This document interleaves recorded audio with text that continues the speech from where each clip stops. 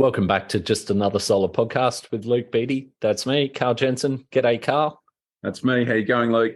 Good, mate. And industry legend, Nigel Morris. G'day, Nige. G'day, that's me.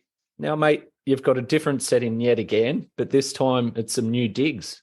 Yeah, new digs. 8 years. We're in the old place. I'm a renter in New South Wales. We took the philosophy a long time ago that we were going to rent beautiful places in amazing locations, which I could never afford to buy for the benefit of the kids and the family. But the downside of that was choosing a house on the top of a cliff top. Sounded like a great idea until you had to move out. So I've spent the last couple of weeks going through the trials and tribulations of moving. Only gone a few k's up the coast to Newport, so it's all good. But we're in the throngs of moving, and lots of lessons learned actually as a solar owner too. So you actually moved your array again. You had a solar system there that you installed 8 years ago when you moved in? Yeah, that's right.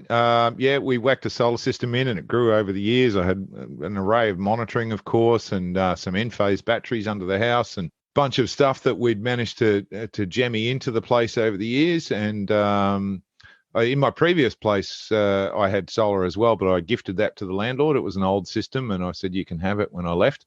And in this case, I tried to flog probably $10,000 worth a year to the owner of the house I was in for $1,000, and he said, "No, I'm not interested, mate. Sounds like a bad deal." And I went, right. So I ripped it all out and took it with me, and I've negotiated with the new landlord that it's going to go on the roof here, which is great. So except that it all had to be lugged down 90 steps and 80 meters. But it does take an understanding landlord, because this is one of the issues for renters, that there's opportunities to save on bills and by adding solar, batteries, and a suitable hot water system that's not 20 years old and chewing through your wallet. It's a huge issue because, we were madly scrambling trying to find the right kind of place for our family and grandkids to visit and all that kind of stuff. So, you got all these challenges just around the practicalities of finding a house. And then I've got a pretty keen eye for it. I'm flipping switchboards open and I'm looking around at hot water systems and looking at aspect and everything else to try and make sure that the place is going to be reasonably efficient. But there's only so much you can do. And we've got a place that's thermally not bad. It's an old house. It's got a lot of north-facing roof.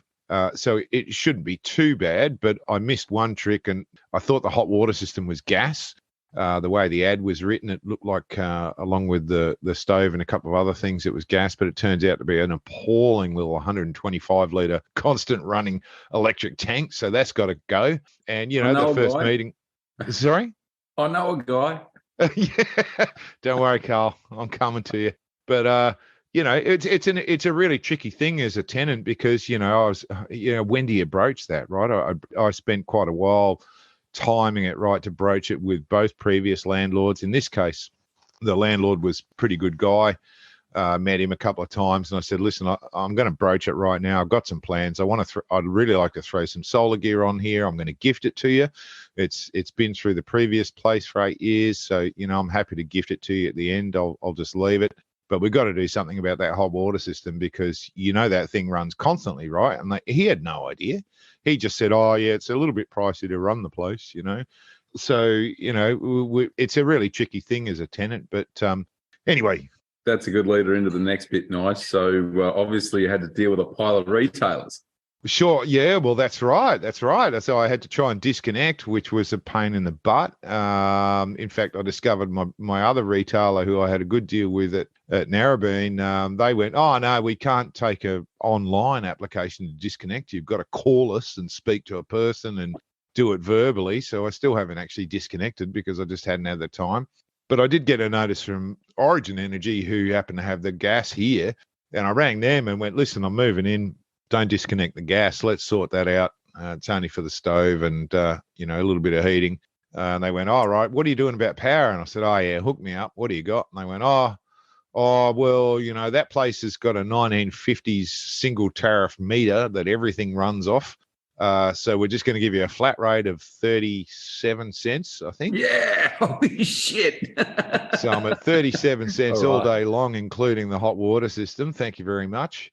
And they went, "Oh, but we'll bundle in some NBN. There's NBN on there." And I went, "Oh, mate, just make it work, So it's really interesting because in this case, I was like a lot of people in this situation. You just go, "Mate, I just need it done. I don't need the aggravation. I've got 6 million other things to do. And so, so I've sucked it up and gone for a shitty deal. I was on 17 cents at the last place, and So I've on that jumped note, to 37. Yeah, look, we've just heard the new default offer from the 1st of July for Victoria is up 33%. And for me, that means that my off-peak rate goes from 20 to 26 and my on-peak rate goes from 40 to 52. Now, given that half of the energy that I buy from the grid is on peak, and my feed-in tariff has dropped from 10 cents to 7 cents. So I think I'm not going to be breaking even anymore, which sucks. Even with 27 kilowatts on the roof. Back. Jinkos. Yeah.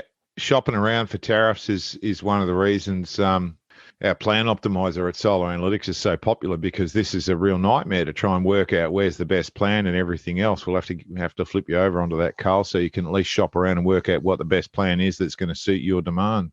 Well, there's a thing, see, in it, that's the default offer for in SP AusNet land, which is most of, let's call it, not city areas of Melbourne, and the daily supply charge like $1.40.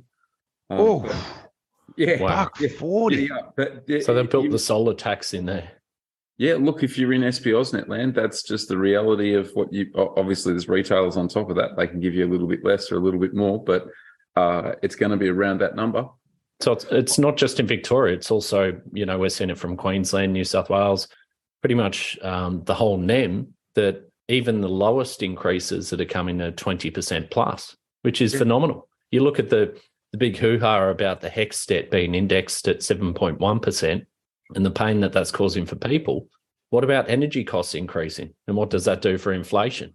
Yeah, well, and I see, I read the other day that because of the exodus away from gas, they're now juggling the fixed charges that they're going to share amongst gas users to try and handle the exodus. And it was quoted in the paper that, to get your gas disconnected, if you wanted to go all electric, was costing some people $1,000, right, to disconnect, which is just outrageous. And so they're talking about capping that. That's literally taking the pipe out back to the street. There are lower cost methods of just capping off the and removing the meter and leaving a piece of pipe in the ground. I think that's less than a couple of $100.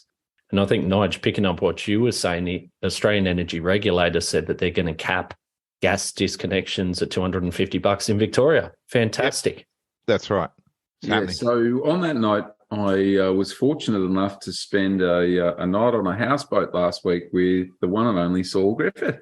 And I'm hoping to come on the podcast soon. But I quizzed him pretty hard, as you'd expect. And I said, hey, I think the numbers are a bit light for Victoria. And he said, yeah, well, without reinventing the wheel, the numbers were done by a drunken New Zealander 5 years ago. And he seems to think that they're about 20% light. And then I said, hey, hang on. You've got 7 kilowatt hours a day in there for an electric car at 35 kilometres. I think that if you've only got one electric car, we actually need 70 kilometres because it'll do 2 people's driving in the household, and most households have more than one car.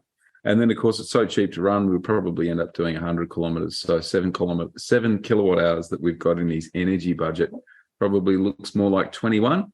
And then he said to me, hey, I've got a Rivian back in the States, and it's awesome. 800 horsepower, 3.5 ton. And guess how much juice that thing uses? I can tell you it's about 3 times what a Model 3 uses. So all of a sudden, 21 kilowatt hours a day looks a whole lot like 50. And that's just for your car. So if you go out and buy a new BMW iX7, don't expect that it's going to be using 150 watt hours per kilometre. It's probably closer to 400. Wow. And segue back to the challenges, luckily my bike doesn't take that much energy to charge, but one of the challenges I've got as a renter is I got to plug it in, I got to charge it. So not only am I got a rate issue, and I don't have solar, of course, yet, but there's no power in the shed, and the switchboard can probably barely cope with it. So I'm actually going to stump up for a whole new switchboard to get a decent connection and a decent meter in, and some decent power up into the shed so I don't trip everything out, so that I can just charge the bloody thing. So Again, coming back to the issue for renters with electric vehicles, the majority of homes are just not set up for it to allow you to be able to plug in and charge, Yeah, well, we know that I'm quite vocal on the side of, we need to put in proper EV charging infrastructure, and that means big cables, big breakers, and this idea that you can charge off a 240-volt outlet in the garage is not reflective of what normal people's usage is going to be like. Yeah, I mean, the big point that Nige raises there is the same as we were talking about solar, is that more and more we're going to have renters moving into a new place who require EV charging. I mean, Nige, you're taking the initiative, but where does it sit with landlords? Is there going to be an expectation in the future that you have to provide that infrastructure for your renters? Yeah, it's a thing that's going to start to slowly emerge over time, and it's not a difficult problem to solve, but it just means that people have got to get their heads around it. There's a couple of options that I've got available to me. One of them is simply, the meter board in this place has to be replaced. So I'm going to stump up a little bit of money and chip in for the infrastructure to get that. And there happens to be a carport right next to the meter board, so I'll get an IP67 outlet on the bottom of it, and I can get my charger set up underneath that so that it's out of the weather, etc., etc., etc. So I can get away with it. And for someone who was trying to charge a bigger vehicle with a higher load, that's actually a perfect scenario. It's not a difficult thing to solve. And I also happen to have a big roller cable from a solar array that was 50 meters from the switchboard from the last place. So I'll run that up to the shed off the same switchboard that I upgrade, and then I'll have some high power up in the shed as well. But yeah, these are all things that are going to be issues in the very near future, actually.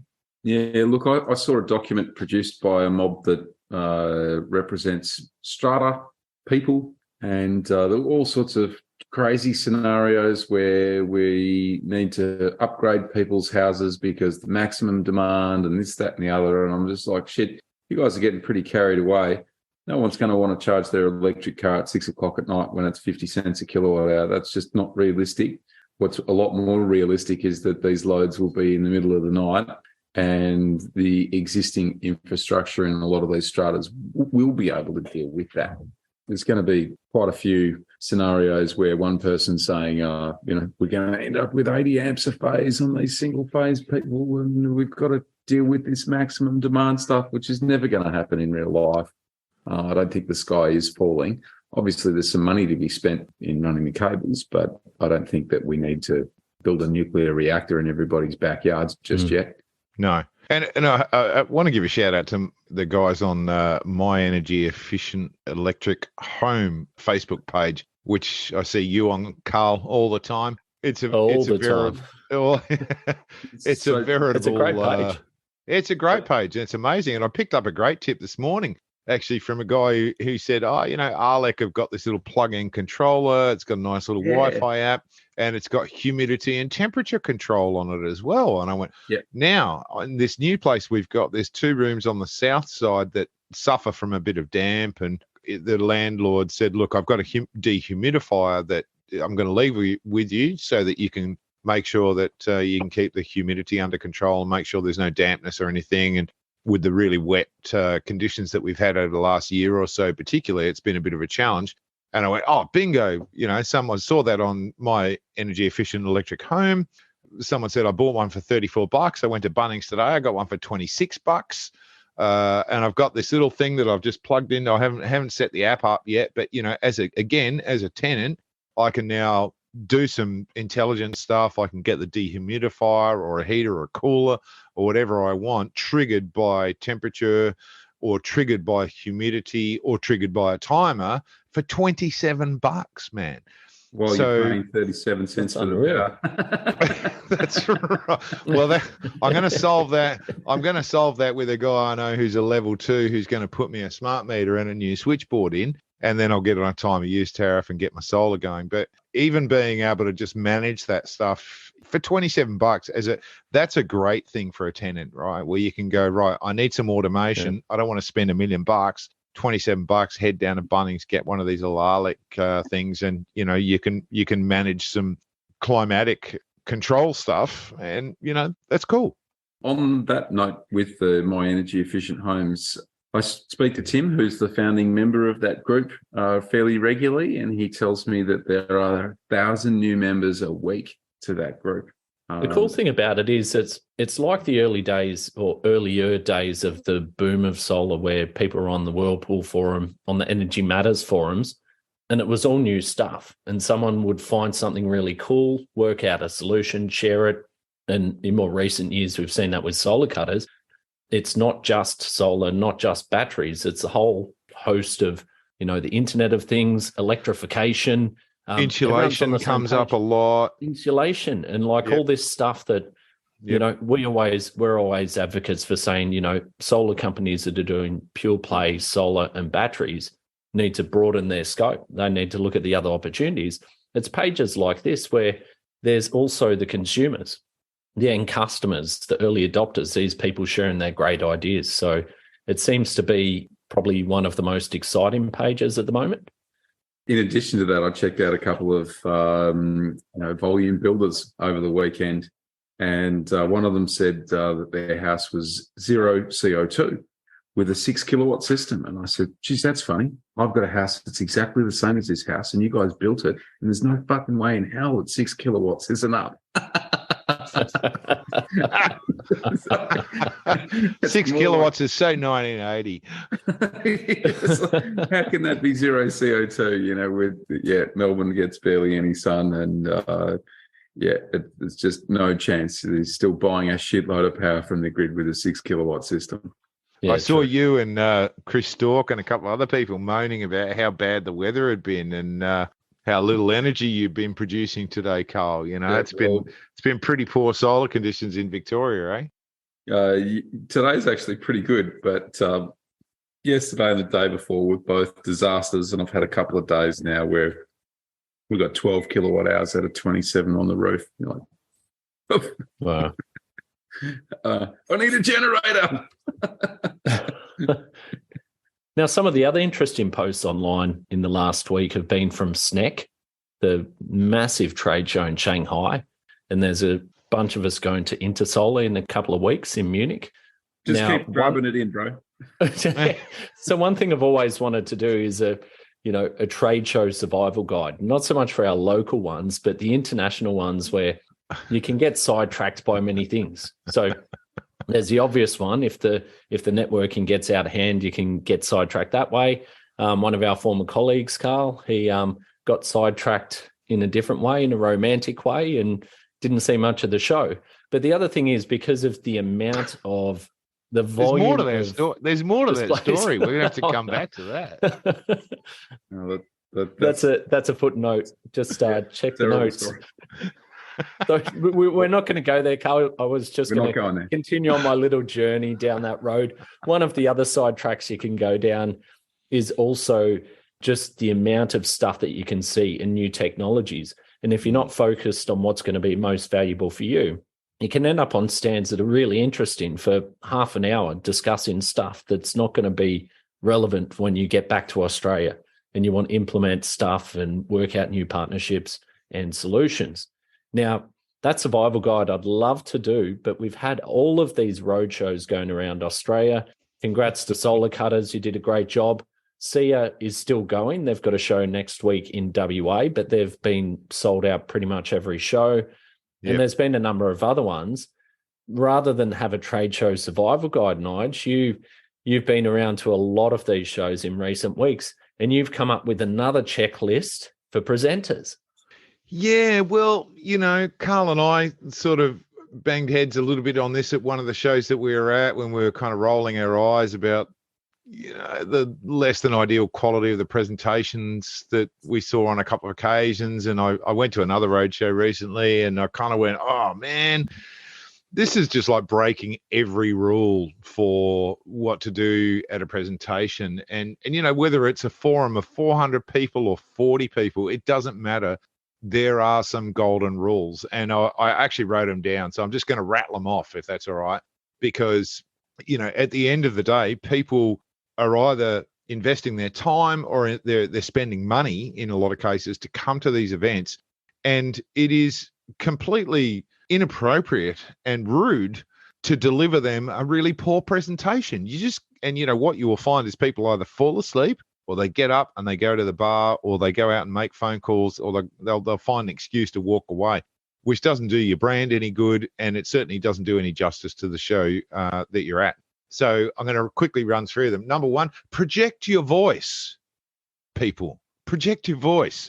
There is nothing worse than a mumbling presenter who you just can't hear, right? I experienced that recently, and I just went, how are you even standing up there, not thinking about the fact that no one can even understand anything that you're saying because you're mumbling at a low level?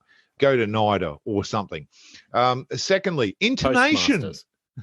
Exactly. Intonation, people. Look it up. Google intonation. A monotone, flat tone of voice is guaranteed to put your audience to sleep.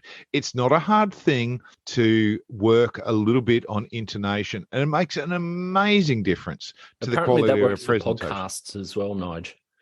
It's true. It's true. Absolutely true. Or just generally in life, people listen to you more if you're expressive with your voice. They're absolutely right, mate. Absolutely right. Number 3 was give us energy, passion, excitement. An animated presenter is always more engaging. In fact, the quality of your content or what you're even delivering matters less if you deliver a passionate, exciting, energetic presentation. And in fact, I love taking the last shift, because I say to a lot of the people I go to, don't worry, I'm going to wake these people up. I'm going to give them everything I've got. I'm going to deliver all the passion, all the excitement.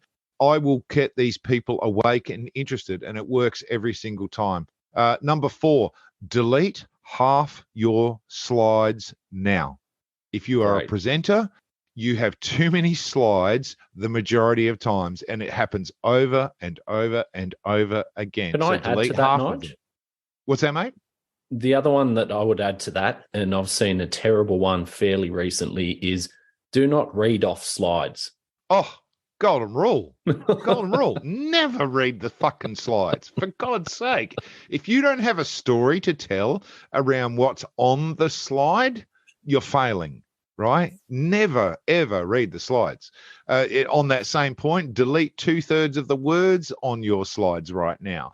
I saw slides that literally had paragraphs and paragraphs and paragraphs of words. All that does is means that the audience is busily trying to read everything that you've shot at them through the slides. They're not listening to you. They're trying to read the 1,000,000-word essay that you've put up on the slide. Delete it all. You need 3 or 4 bullet points, and then you need to tell stories around it. Number whatever it is, 6, video is an interesting one. I don't think video works, as tempting as it is. It's a great way to get a whole lot of information across in a really professional way. It's really, really tempting. But what happens when you put video in front of people is that they kind of zone out. They just go, oh, okay, and now I'm watching telly. I'm on my couch, or I'm looking at Instagram Reels or whatever. And they zone out from the energy that you can deliver by actually delivering something really interesting verbally or as a presenter. So I'm actually against videos. I think it's disengaging. And lastly, the other one that actually struck me was make sure you have a great MC. The MC is the person who provides context. They tie events together. They tie speakers together. They create a familiar feel for the audience.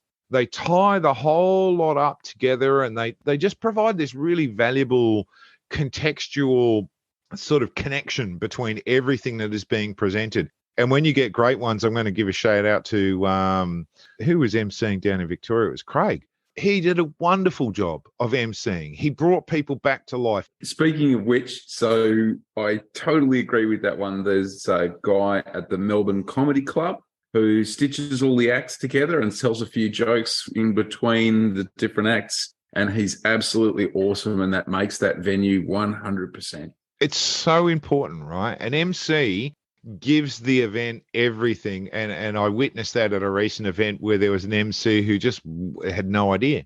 And everyone there were all these empty gaps and pauses where people went, what am I doing here? What's next? What did I listen to? Who's coming up now? And there was just they create this kind of really important foundation for the whole day, and they can really make the difference. So, anyway, for what it's worth. It's definitely a skill, though. Presenting's a skill that you can learn and you can get better at. I think MCs can get better, but I do think it's also a personality thing and having that conceptual way of thinking of how am I tying it to the next thing? Because the other thing to remember is that most audience members want you to succeed.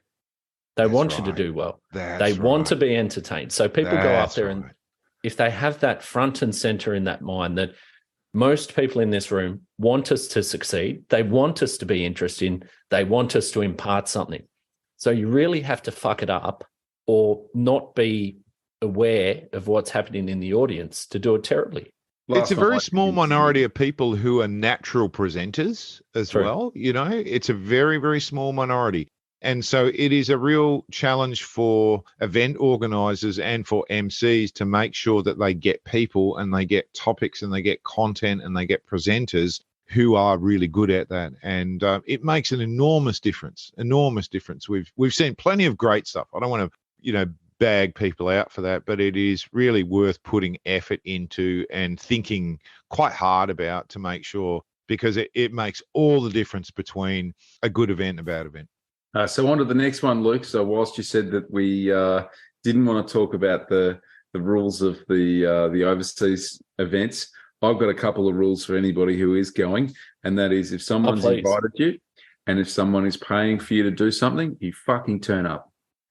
That means have a night on the piss the night before. Don't go so hard that you can't turn up to the event, because these people have obviously paid money for you to go and see their factories or their facilities or come to the show or whatever. And then for you to be so drunk the night before that you can't turn up is a disgrace. And it's to be professional about it, you need to know where your line is. If your line is out till 4 a.m. dancing on tables, and you can turn up fresh as a daisy at 8:30, 9 a.m. and get the job done, then that's your line. If you can't stay up past 9 p.m. without impacting on how you're going to be the next day, then that's your line. And everyone's different. If you're unaware where your line is, well, that's where it gets a bit wobbly. You need to know what you're capable of and what you're not. I agree with you, Karl. We've been there at events where got to turn up. People have missed critical things. Not being able to get off the bus or not being able to get out of bed because they're so hammered from the night before. The next kicker is I've done it for 6 or 7 years, a couple of years ago before COVID, but got to have running shoes. At the end of the day, your feet are absolutely important for Intersolar, and you cover a shitload of ground. And whilst we mentioned SNEC, no one mentioned the number. So there were 500,000 registrations for the first day of SNEC. What? 500,000? 500,000 people, which is just absolutely nuts. I want to go. I wonder what the budget is for that event. Well, 500,000 people, $10 a head's a lot of money. That's a lot of sandwiches. Yeah. It's incredible. So I've heard from some people that they absolutely hated it, and actually we'll give a shout out to Scott Lever. So Scott was on Facebook. He went to a couple of factories. He posted some information. He said, these guys have put on a great show, yada, yada. This is the person that's sponsored, blah, blah, blah. And in terms of inviting people along, that's the sort of customer I would want to invite, because he's done my brand. Actually, it was RaiseTech that paid for his ticket. So at the end of the day, he gave RaiseTech a number of shout outs over the week that he was there. And, that's what I would consider to be a good customer for them to take over, because he's shouted it from the rooftops that he's had a great time. Also shows that he's grateful. I mean, absolutely. You don't want to fall into that territory of sort of having a sense of entitlement that I'm in the industry, I'm doing something great, I deserve to go to China, go wherever. I think it's good. And it shows, I just think it shows character, personally. It's a reward. People spend a lot of money getting people over there. And I think it's worth remembering that, if you're lucky enough to get over there like that, it is a reward, and you need to acknowledge it and be respectful of that. Any other rules, Karl, that we can put on the podcast? Look, well, my second trip, I took a number of people from Infinite Energy, and they all looked to me for food. And I said, you guys are professional salespeople. You can sell yourselves all day, every day. Get yourself fed. Get yourself invited to parties. I don't care what you tell people. It doesn't matter, but I'm not paying for it. So, of course, the next day they all came in with their magnificent stories of going out to incredible restaurants and getting completely hammered on someone else's budget that they're never going to see again, which is great. How about you, Luke? Have you got any great tips? To make the most of it. You can go there and it's a big spectacle. There's all the entertainment. There's all the rest of the noise there.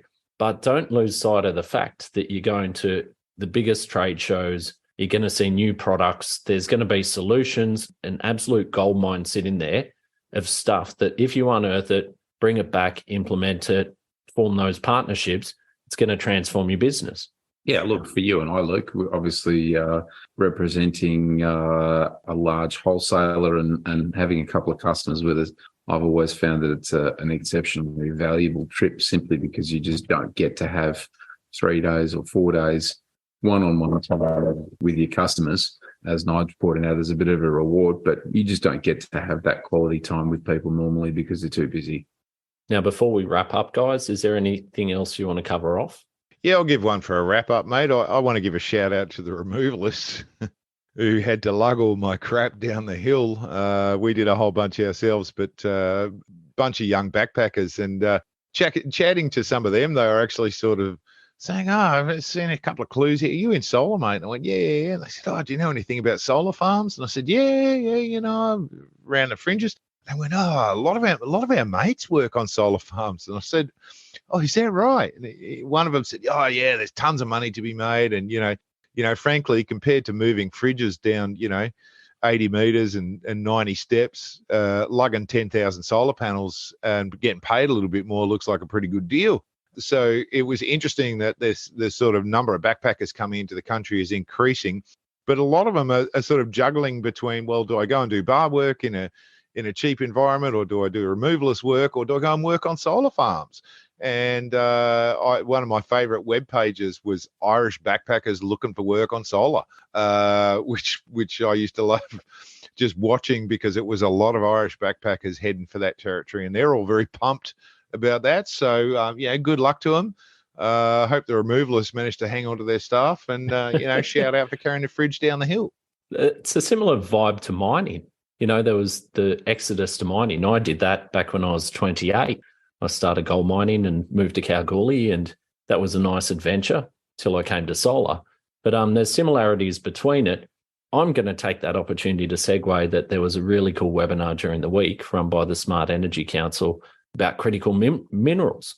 And it's interesting to hear that we have all of the resources in Australia to make a full solar panel, all of the components. And also my understanding is batteries as well. Maybe not necessarily in the volumes that you need to scale up, but we've got all of the stuff here. So if you look at lithium even, there's all these enormous lithium projects. It's actually forecast to be our second largest commodity, if it isn't already, after iron ore. So the opportunity for lithium is absolutely enormous.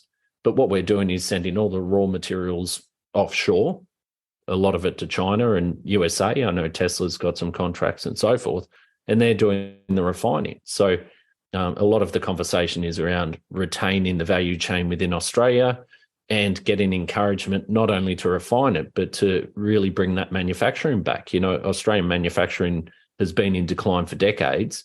And it almost seems like we're on the precipice, or there's an opportunity that tide's going to turn. Exciting stuff indeed. So, I'd like to see it.